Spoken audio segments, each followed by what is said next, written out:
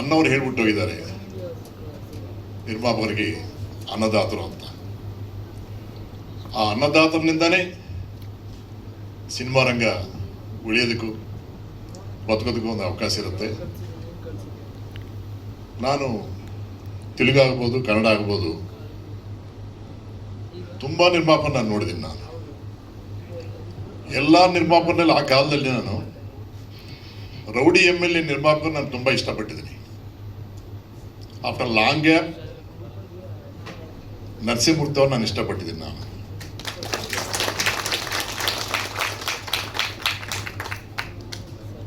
ಯಾಕೆಂದರೆ ಸಿನಿಮಾಗೆ ಏನು ಬೇಕು,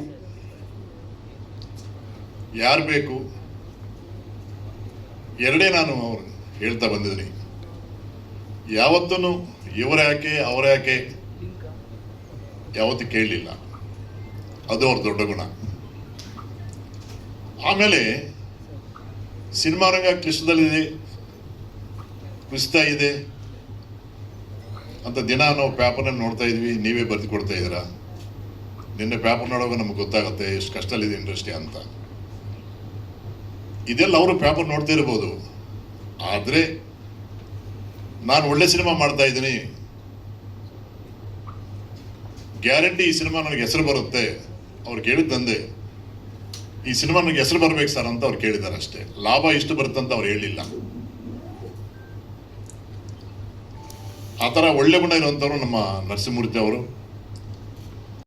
90ಲೇ ಒಂದು ಸಿನಿಮಾ ಮಾಡಬೇಕು ಅಂತ ಭಾಳ ಪ್ರಯತ್ನ ಪಟ್ಟೆ. ಆ ಟೈಮಲ್ಲಿ ನನಗೆ ಸಾಯಿ ಪ್ರಕಾಶ್ ಸರ್ ಅಂತವ್ರು ಬಂದು ಬೆಂಬಲವಾಗಿ ನಾನು ನಿಲ್ಲಿಲ್ಲ. ಯಾಕಂದರೆ ನಾನು ಅವ್ರನ್ನ ಮೀಟ್ ಮಾಡಲಿಲ್ಲ, ನನ್ನ ಹತ್ರ ಬಂಡವಾಳನೂ ಇರಲಿಲ್ಲ. ಹಂಗಾಗಿ ಯಾರನ್ನೂ ಮೀಟ್ ಮಾಡೋಕ್ಕಾಗಲಿಲ್ಲ. ನಮ್ಮ ಜೊತೆ ನಿಂತು ನಾನು ನಿಲ್ತೀನಪ್ಪ ನೀನು ಮಾಡು ಅನ್ನೋರು ಯಾರೂ ಇರಲಿಲ್ಲ. ಹಾಗಾಗಿ ನಾನು ಒಂದು BSNL ಒಬ್ಬ ಕ್ಯಾಶುವಲ್ ಮಜ್ದೂರಾಗಿ ವರ್ಕ್ ಮಾಡ್ತಾಯಿದ್ದೆ. ಅದಾದಮೇಲೆ ನನಗೆ ಕನ್ಫರ್ಮ್ ಆಯಿತು. ನಮ್ಮ BSNL ಎಂಪ್ಲಾಯೀಸು, ನನ್ನ ಕೊಲೀಗ್ಸು ಕೂಡ ಇಲ್ಲಿ ಬಂದಿದ್ದಾರೆ. ಈ ಗೋಮೂರ್ತಿ ಇರ್ಬೋದು, ಮಾಲಿಂಗ ಇರ್ಬೋದು, ಪಟ್ಟಯ್ಯ ಇರ್ಬೋದು, ನಾಗರಾಜ್ ಇರ್ಬೋದು, ತುಂಬ ಜನ ಎಲ್ಲ ಬಂದಿದ್ದಾರೆ. ಆದರೆ ನಾನು BSNL ಒಬ್ಬ ಆರ್ಡಿನರಿ ಎಂಪ್ಲಾಯ್ ಆಗಿ, ಆಮೇಲೆ ಬ್ಯಾಂಗ್ಳೂರು ಡಿಸ್ಟಿಕ್ ಯೂನಿಯನ್ ಸೆಕ್ರೆಟರಿ ಆಗಿ, ಕರ್ನಾಟಕ ಸರ್ಕಲ್ ಲೀಡ್ರಾಗಿ ನಾನು ಅಲ್ಲಿ ಸೇವೆನ ಮಾಡಿದೆ. ಅದಾದ ನಂತರ ಒಂದು telecom employees housing welfare trust ಅನ್ನೋ ಒಂದು ಸಂಸ್ಥೆನ ಹುಟ್ಟಾಕ್ದೆ 2017. ಅಲ್ಲಿ ಆಲ್ರೆಡಿ ನೀವು ಹೇಳಿದ್ದೀರ. ಅದಾದ ನಂತರ ಸುಮಾರು ಪ್ರಾಜೆಕ್ಟ್ಗಳ್ನ ಮಾಡಿ, ಸುಮಾರು ಬ್ರಾಂಚ್ಗಳ್ನ ಮಾಡಿ, ಒಂದು ಸೋಷಿಯಲ್ ಸರ್ವಿಸಲ್ಲಿ ಸಾವಿರಾರು ಜನ ಮಕ್ಕಳಿಗೆ ಯೂನಿಫಾರ್ಮ್ ಇರ್ಬೋದು, ಬ್ಲೇಸರ್ ಇರ್ಬೋದು, ಅವ್ರ ಮಕ್ಕಳಿಗೆ ಏನು ನೆಸೆಸಿಟಿ ಇದೆಯೋ ಅದನ್ನೆಲ್ಲ ಮಾಡ್ತಾ ಬಂದೆ. ಕೆಲವು ಅನಾಥಾಶ್ರಮ ಇರ್ಬೋದು, ಹೀಗೆ ಒಂದು ಸೋಷಿಯಲ್ ಸರ್ವಿಸ್ನ ಮಾಡ್ತಾ ಬಂದೆ. ಅದ್ರ ಜೊತೆಗೆ ಈ ಒಂದು ಸಿನಿಮಾ ಫೀಲ್ಡ್ಗೆ ಅಕಸ್ಮಾತಾಗಿ ಮತ್ತೆ ಎಂಟ್ರಿ ಆದೆ. ಯಾಕೆಂದರೆ ಯಾರೋ ಒಬ್ಬರು ಬಂದುಬಿಟ್ಟು ಸರ್ ನಮ್ಮದು ಮುಹೂರ್ತ ಇದೆ ಬನ್ನಿ ಅಂದರು. ಆ ಮುಹೂರ್ತಕ್ಕೆ ಹೋದ್ಮೇಲೆ ಇಲ್ಲ ಸರ್ ನಂದು ಒಂದು ಸಿನಿಮಾ ಇದೆ, ನೀವು ಸ್ವಲ್ಪ ಹೆಲ್ಪ್ ಮಾಡಿ ಅಂದರು. ಹಾಗಾಗಿ ಒಂದು ಉಗ್ರ ಗುಣಮ್ ಅಂತ ಸ್ಟಾರ್ಟ್ ಮಾಡಿದೆ. ಅದಾದ ನಂತರ ಇನ್ನೊಂದು ಸಿನಿಮಾ ಮಾಡಬೇಕು ಅಂದ್ಬಿಟ್ಟು ನಮ್ಮ ಏನು ಸೋನಾಲ್ ಅಥವಾ ಹೀರೋಯಿನ್ ಏನಿದಾರೋ ಈಗ ಅವ್ರನ್ನ ಒಂದು ಹೀರೋಯಿನ್ ಮಾಡಬೇಕು ಅನ್ನೋ ಒಂದು ಉದ್ದೇಶಕ್ಕೆ ಒಂದು ಉಗ್ರ ತಾಂಡವ ಅಂತ ಅಂದ್ಬಿಟ್ಟು ಒಂದು ಸ್ಟಾರ್ಟ್ ಮಾಡಿದು. ಅದು ಆಲ್ರೆಡಿ 99% ಆಗಿ ಪ್ಯಾಚ್ ವರ್ಕ್ ಪೆಂಡಿಂಗ್ ಇದೆ. ಅದಾದ ನಂತರ ಈ ಒಂದು ಕಥೆನ ನಾನು ಸೃಷ್ಟಿ ಮಾಡಿದೆ. ಇದು ಫಸ್ಟ್ ಬಂದು ವಿಧಾನಸೌಧ ಹರಾಜ್ ಅಂತ ಇಟ್ಟೆ. ಹುಷಾರ್ ನೀನಿರಲ್ಲ ಆಮೇಲೆ ಅಂದರು. ಸರಿ ಬಿಟ್ಬಿಟ್ಟೆ.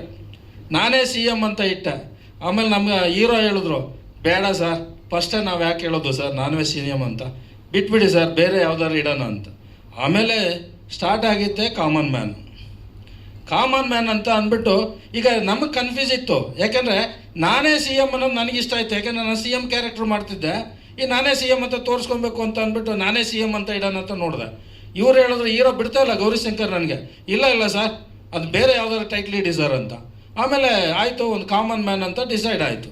ಆದರೆ ನಮ್ಮಲ್ಲಿ ಟಕಬ್ಬರು ಈಗ ಇದನ್ನೇನು ಮಾಡಬೇಕು ನಾವು ಸಾರ್ವಜನಿಕರಿಗೆ ಬಿಟ್ಬಿಡೋಣ ಅಂತ. ಆಮೇಲೆ ಏನು ಮಾಡ್ದೋ ಎಲ್ಲ ಏನು ವಾಟ್ಸಪ್ ಇರ್ಬೋದು ಅಥವಾ ಇನ್ಸ್ಟಾಗ್ರಾಮ್ ಇರ್ಬೋದು, ಪ್ರತಿಯೊಬ್ಬ ಇವನ್ ನವೀನ್ ಭಾಳ ಹೆಲ್ಪ್ ಮಾಡಿದ್ರು ನಮಗೆ ಪ್ರಮೋಟರ್ಸು. ಅವ್ರ ಮೂಲಕ ಸುಮಾರು ಲಕ್ಷಾಂತರ ಜನಕ್ಕೆ ಅದು ರೀಚ್ ಆಯಿತು. ಆ ರೀಚ್ ಆದಮೇಲೆ ಎಲ್ಲ ಬಂದಿತ್ತು ಗೌರಿಶಂಕರ್ ಕಡೆ. ಅದೇನೋ ಗೊತ್ತಿಲ್ಲ, ನನ್ನ ಕಡೆಯಿಂದ ಬರಲಿಲ್ಲ, ರಿಸಲ್ಟ್ ಬಂದಿತ್ತು ಅವ್ರ ಕಡೆ ಕಾಮನ್ ಮ್ಯಾನ್ ಅಂತ. ಕೊನೆಗೆ ಡಿಸೈಡ್ ಮಾಡಿತ್ತು ಕಾಮನ್ ಮ್ಯಾನ್ ಅಂತ.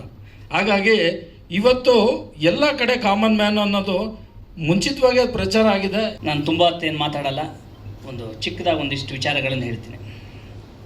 ನನಗೆ ತುಂಬ ಆಶ್ಚರ್ಯ ಆಗಿರೋದು ಈ ಸಿನಿಮಾ ಅಂತಂದರೆ, ಆ್ಯಕ್ಚುಲಿ ಒಂದು ಬಾಕ್ಸ್ ಹಾಕ್ಕೊಂಡಿದ್ದಾರೆ. ಅಂದರೆ ಇಷ್ಟನೇ ತಾರೀಕು ಫೋಟೋ ಶೂಟ್ ಆಗುತ್ತೆ, ಇಷ್ಟು ದಿವಸದಲ್ಲಿ ಶೂಟಿಂಗ್ ಆಗುತ್ತೆ, ಇಂಥ ದಿವಸ ಡಬ್ಬಿಂಗ್ ಕಂಪ್ಲೀಟ್ ಮಾಡ್ತೀವಿ, ಇಂಥ ದಿವಸ ರೀ ರೆಕಾರ್ಡಿಂಗಿಗೆ ಹೋದ ಸಿನಿಮಾ ಅಂತ. ನೀವು ನಂಬಲ್ಲ, ಯಾರಿಗಾದ್ರೂ ಹೇಳಿದ್ರೆ ಅನಿಸುತ್ತೆ. ಅದೇ ಡೇಟು, ಅದೇ ಥರನೇ ಪ್ರತಿಯೊಂದು ಪ್ಲ್ಯಾಂಡ್ ಆಗಿ ಒಂದು ದಿವಸನೂ ಹಿಂದೆ ಮುಂದೆ ಆಗದಿದ್ದ ಹಾಗೆ ಈ ಸಿನಿಮಾನ ನಿರ್ದೇಶಕರು ಮತ್ತು ನಿರ್ಮಾಪಕರು ಮುಗಿಸಿದ್ರು. ಇದು ಅಷ್ಟು ಈಸಿ ಅಲ್ಲ. ಯಾಕೆ ಅಂತಂದರೆ ನಾನು ಕೂಡ ಒಂದು ಸಿನಿಮಾ 2 ಸಿನಿಮಾ ಪ್ರೊಡಕ್ಷನ್ ಮಾಡಿದವನು. ಹಾಗಾಗಿ ನನಗೆ ಯಾವಾಗಲೂ ಆಶ್ಚರ್ಯ, ಅದು ಹೇಗೆ ಇವರು ಇಂಥ ದಿವಸ ಜನವರಿ 10ನೇ ತಾರೀಕು ಫೋಟೋಶೂಟ್, ಇಲ್ಲಿಂದ ಶೂಟಿಂಗ್, ಇಲ್ಲಿಂದ ಡಬ್ಬಿಂಗ್, ಮಾರ್ಚ್ 31ನೇ ತಾರೀಕಿಗೆ ಈ ಸಿನಿಮಾದ ಡಬ್ಬಿಂಗ್ ಕಂಪ್ಲೀಟ್ ಆಗುತ್ತೆ ಅಂತ ಹೇಳಿದರು. ಕರೆಕ್ಟ್ ನಂದೇ ಅವತ್ತು 31ನೇ ತಾರೀಕೆ ಕಂಪ್ಲೀಟ್. ಇದನ್ನು ಹೇಳಿದ್ದೆ ಆವಾಗ ಜಾನ್ವರಿಲಿ ಅವರು.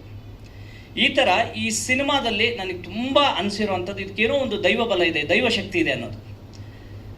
ಈಗ ಸ್ಟಾರ್ಟಿಂಗಿಗೆ ಬರ್ತೀನಿ. ನಾನು ಕೆರೆಬೇಟೆ ಆದಮೇಲೆ ಯಾವುದಾದ್ರೂ ಒಳ್ಳೆ ಸಿನಿಮಾ ಮಾಡಬೇಕು, ಯಾವುದಾದ್ರೂ ಒಂದಿಷ್ಟು ಕಥೆಗಳನ್ನು ಕೇಳ್ತಾನೆ ಇದ್ದೆ. ಇದ್ದಕ್ಕಿದ್ದಾಗೆ ಒಂದು ದಿವಸ ನಮ್ಮ DK ನವೀನು ಮತ್ತು ಗಿರೀಶ್ ಗೌಡರು ಫೋನ್ ಮಾಡಿದ್ರು. ಸರ್, ಒಂದು ಕತೆ ಇದೆ, ಹೀಗೆ ಕೇಳಿ, ಹೀಗೆ ನಿರ್ದೇಶಕರು ನಿಮ್ಮ ಸಿನಿಮಾ ನೋಡಿದಾರಂತೆ, ಹೀಗೆ. ನಾನು ಯಾರು ಅಂತಂದು ಓಂ ಸಾಯಿ ಪ್ರಕಾಶ್ ಸರ್ ಅಂತ ಹೇಳಿದ್ರು. ನನಗೆ ಅವ್ರದ್ದು ಬೇರೆ ಬೇರೆ ಸಿನಿಮಾಗಳನ್ನೆಲ್ಲ ನೋಡಿದ್ದೆ. ಅರೆ, ಇಷ್ಟು ದೊಡ್ಡ ಸೀನಿಯರ್ ಡೈರೆಕ್ಟ್ರು, ಹೇಗೆ ಏನು ಅವ್ರ ಜೊತೆಗೆ ನಾನು ಮಾಡೋದಕ್ಕಾಗುತ್ತಾ, ಇನ್ನೊಂದನ್ನು ಸಣ್ಣ ಅಳುಕು ಇದ್ದೇ ಇರುತ್ತಲ್ವ. ಒಂದು ಸಾರಿ ನೀವು ಬಂದು ಕತೆ ಕೇಳಿ ಅಂತ ಹೇಳಿದರು.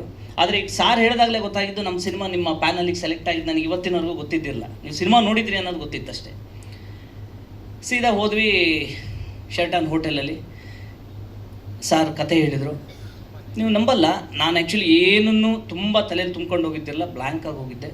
ನಾನು ಕತೆ ಲೈನ್ ಕೇಳ್ತಾ ಇದ್ದಾಗೇ, ಅರೆ ಇಸ್ಕಿ, ನಾನು ಈ ಥರದೊಂದು ಪಾತ್ರ ಮಾಡಬೇಕು ಅಂತ ಅಂದ್ಕೊಂಡಿದ್ದೆ, ಅದೇ ಥರ ಇದೆಯಲ್ಲ. ನನಗೆ ಅಷ್ಟು ಇಷ್ಟ ಆಗೋಯ್ತು ಆ ಪಾತ್ರಗಳು. ಆಮೇಲೆ ಈ ಸಿನಿಮಾದ ಒಂದು ಪ್ಲೇ ಮಾಡಿರುವಂಥ ರೀತಿ ಇದೆಯಲ್ಲ, ಸೀನ್ಸ್ಗಳು. ಈಗ ಹೇಗೆ ಅಂತಂದರೆ, ಆ ಪ್ರತಿಯೊಂದು ಸೀನು ಕೂಡ ಇದು ಬೇಕು, ಇದು ಬೇಕು, ಇದು ಬೇಕು, ಅದನ್ನು ಅವರು ಎಂಟರ್ಟೈನ್ಮೆಂಟ್ ದೃಷ್ಟಿಯಲ್ಲಿ ತುಂಬ ಚೆನ್ನಾಗಿ ಸ್ಟಾರ್ಟಿಂಗಿಂದ ಹಿಡಿದು ಎಂಡ್ ತನಕ ತೊಗೊಂಡೋಗಿದ್ರು. One of the perfect neat subject and ಏನು ಸ್ಕ್ರೀನ್ ಪ್ಲೇ. ಅಲ್ಲಿಂದ ಇಮಿಡಿಯೇಟಾಗಿ ಶುರು ಆಯಿತು. ನಾನು ಅಲ್ಲಿಂದ ಮನೆಗೆ ಬರೋ ಅಷ್ಟೊತ್ತಿಗೆ ಯೋಚನೆ ಮಾಡ್ತಾ ಬಂದೆ, ಸಾಯಿ ಸರ್ ಆ್ಯಕ್ಚುಲಿ ನನ್ನಂಥವ್ರನ್ನ ಎಷ್ಟು ಜನನ್ನ ಹೀರೋಗಳನ್ನು ನೋಡಿರಲ್ಲ, ಅಂಥದ್ರಲ್ಲಿ ನಾನು ಇನ್ನೂ 2-3ನೇ ಸಿನಿಮಾ ಮಾಡಿದಂಥವ್ನು. ಆದರೂ ಅಷ್ಟೇ ತಾಳ್ಮೇಲೆ ಕತೆ ಹೇಳಿದ್ರಲ್ಲ, ಅಷ್ಟು 1 ಗಂಟೆಗೆ ಸಮಯ ತಗೊಂಡು. ಇವರಿಗೆ ಯಾವ ಥರ ಅನಿಸಿರ್ಬೋದು ಅಂದರೆ, ಎಷ್ಟೆಷ್ಟೋ ಸ್ಟಾರ್ಗಳಿಗೆ ಮಾಡಿದ್ದೀನಿ, ಇವನಿಗೂ ಕೂಡ 1 ಗಂಟೆ ಕತೆ ಹೇಳಬೇಕಲ್ಲಪ್ಪ, ಇವನೂ ನಾನು ಒಪ್ಪಿಸ್ಬೇಕಲ್ಲಪ್ಪ ಅನ್ನೋ ಒಂದು ಮನಸ್ಥಿತಿ ಬರುತ್ತಲ್ಲ. ಆದರೂ ಕೂಡ ಅಷ್ಟೇ ತಾಳ್ಮೆ, ಅಷ್ಟೇ ಶ್ರದ್ಧೆಯಿಂದ ಅದನ್ನು ಹೇಳಿದ್ದು. ಆಮೇಲೆ ನನಗದು ತುಂಬ ಇಷ್ಟ ಆಗಿರುವಂಥದ್ದು, ಅದು ತುಂಬ ಖುಷಿ ಆಯಿತು. ಅವತ್ತು ನಿರ್ಮಾಪಕರು ಕೂಡ ಜೊತೆಗಿದ್ದರು. ನಾನು ನಮ್ಮ ನಿರ್ಮಾಪಕರ ಬಗ್ಗೆ ಆಮೇಲೆ ಹೇಳ್ತೀನಿ. ಅವರು ಪರಿಚಯ ಆಗಿದ್ದು, ಅವರು ಡೈರೆಕ್ಟರ್ ಸರ್ ಹೇಳಿದ್ರಲ್ಲ ಒಂದು ಯಾವುದೋ ಒಂದು ಫಂಕ್ಷನಲ್ಲಿ, ಅದೇ ಥರ ನನಗೂ ಕೂಡ ಚಿತ್ರಸಂತೆ ಫಂಕ್ಷನಲ್ಲಿ ಇದಕ್ಕೂ ಮುಂಚೆ ಪರಿಚಯ ಆಗಿದ್ದರು. ಬಟ್ ಅವತ್ತು ಅವರು ಪಕ್ಕದಲ್ಲೇ ಕೂತಿದ್ರು. ನನಗೆ ಖಂಡಿತವಾಗೂ ಇವರು ನಾನು ಮುಂದೊಂದು ದಿವಸ ಒಂದು ಚಿತ್ರ ಮಾಡ್ತೀವಿ ಅಥವಾ ಇವರೊಬ್ಬರು ಸಿನಿಮಾ ನಿರ್ಮಾಪಕರು ಅನ್ನೋದು ನಾನು ಊಹೆನೂ ಮಾಡಿದ್ದಿರಲಿಲ್ಲ. ಅಲ್ಲಿ ನನಗೆ ಎಲ್ಲೇ ತಪ್ಪು ಮಾಡಿದ್ರು, ಏನೇ ಮಾಡಿದ್ರು ತುಂಬಾ ತಿದ್ದಿ ತುಂಬ ಪೇಷನ್ಸಿಂದ ಎಲ್ಲ ಹೇಳ್ಕೊಟ್ಟಿದ್ದಾರೆ. ಜಿ ಕೃಷ್ಣ ಸರ್, ಆಮೇಲೆ ದೀಪು ಸರ್, ಮಾರುತಿ ಸರ್, ಎಲ್ಲರೂ ನನಗೆ ತುಂಬ ಸಪೋರ್ಟಿವ್ ಆಗಿ ತುಂಬ ಚೆನ್ನಾಗಿ ಹೇಳ್ಕೊಟ್ಟಿದ್ದಾರೆ. And art department, food department, accountant ಸರಳ ಮ್ಯಾಮ್ ಎಲ್ಲರೂ ಧೈರ್ಯ ತುಂಬಿದ್ದಾರೆ. ಆ್ಯಂಡ್ ನಾನು ಫ್ರೆಶರ್ ಆಗಿಬಿಟ್ಟು ಸ್ವಲ್ಪ ಎಲ್ಲೆಲ್ಲೋ ಎಡೆಯುತ್ತದೆ ತುಂಬ. ಅವಾಗೆಲ್ಲ ತುಂಬಾ ಸಪೋರ್ಟ್ ಮಾಡಿ ಎಲ್ಲ ಕ್ಯಾರೆಕ್ಟರ್ ಆರ್ಟಿಸ್ಟ್ನ ಜೊತೆ ಯಾರ್ಯಾರು ಏನೇನು ಮಾಡ್ತಾ ಇದ್ದಾರೆ ಎಲ್ಲರೂ ನನಗೆ ಧೈರ್ಯ ಹೇಳಿ ತುಂಬಾ ಚೆನ್ನಾಗಿ ಮಾಡಿದ್ದೀನಿ ಇದರಲ್ಲಿ. ಆ್ಯಂಡ್ ಕಾಮನ್ ಮ್ಯಾನ್ ಮೂವಿ ನನಗೆ ಒಳ್ಳೆ ಹೆಸರು ತಂದು ಕೊಡುತ್ತೆ ಅಂತ ಅಂದ್ಕೊಂಡಿದ್ದೀನಿ. Thank you so much every one.